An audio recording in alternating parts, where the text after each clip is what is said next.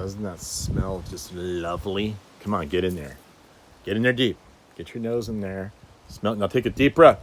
Deep breath. Oh, doesn't that smell great? What do you mean? What do you mean you can't smell it? Come on, get in there. Get in there really deep. Take a deep whiff. Oh, I'm sorry. That's right. You can't smell it because you're watching the video. All right, let me smell it for you. Let me get in here deep.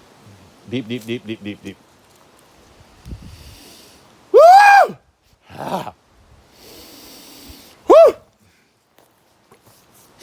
You want to get high. So, suppose you like to get high, but you don't want all the ill effects of, drugs. This is how you do it. Like this. Let me show you. Exhale with everything you have. And then inhale with everything you got, as deep as you can, and hold it. Okay? Here we go.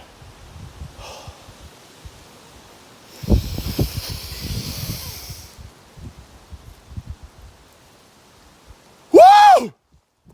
Ha! Yeah! Woo! Oh, I love it. Queensland Frangipani. Right there. Frangipani not because of your panties.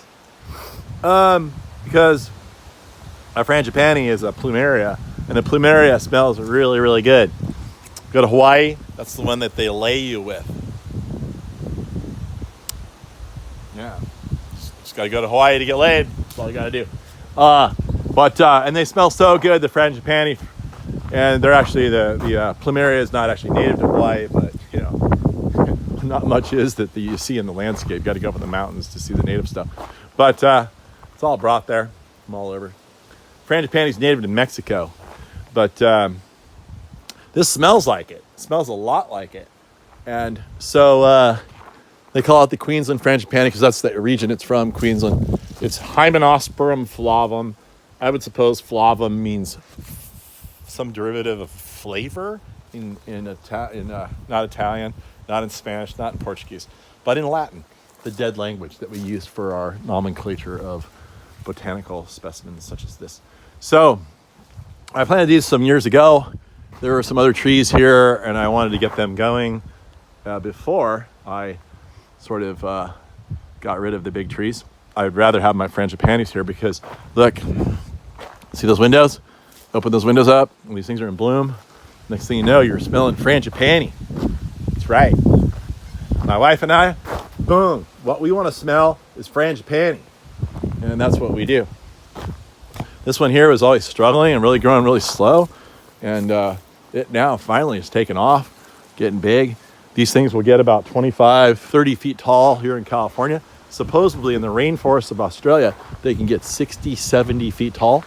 I've never seen one that tall here. You see them all the time lacing buildings in San Francisco.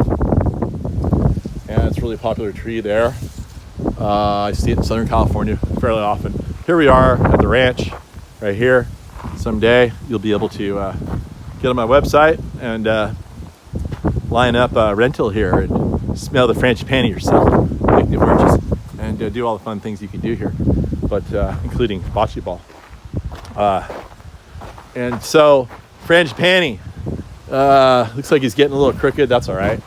Whatever. It's kind of a windy place here, so it's hard to keep these things perfectly straight. We'll stake them for a few years and then let them loose when they're strong enough. Usually you want to let a plant loose when the trunk is a little bit bigger than the stake. So you want to do it gently, like incrementally. That way the plant can get used to the wind and grow up. This one, look at how dark green this one is.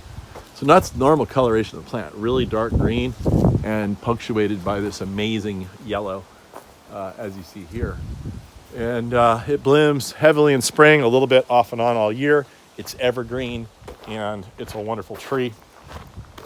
This is something that we could probably special order in for you. We don't often have this at the nursery, probably hardly ever. But if you're really dead set on that, and we're not too busy to chase one down for you, we will do that. And then, but if we're too busy, we might not even answer the phone. And if that happens, I apologize. You gotta understand how hard it is working 16-hour days and in the springtime when everybody wants their stuff all at once and there's only 1 or 2 or 3 of you. Can you please stop wiggling? There. People want to see you. They want to see you. There you are. Oh, okay. So that's the Frangipani. It's going to create some beautiful shade here. And I'm not sure if I'm ever going to cut down this liquid amber. It's a really nice tree. There's a really ugly tree here. Finally got rid of it. And good riddance. And this one now is thriving. You know, you can plant these young trees under bigger trees with the idea that you want to sequentially, let the younger tree grow and get big before you cut down the big tree. But oftentimes what happens, people, is that these big trees rob all the light. And the light is what causes the plant to give it the energy to grow. And so you'll see these little trees sitting in the forest underneath the big trees. And they wait, and they wait, and they wait, and they wait patiently. And they hardly grow at all.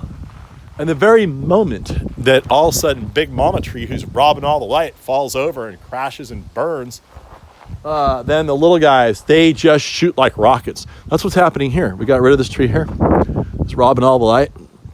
Now this guy is able to take all that light, convert it to energy for more growth, and now he sees a hole in the canopy. Now it's his time to shine. He's going for it.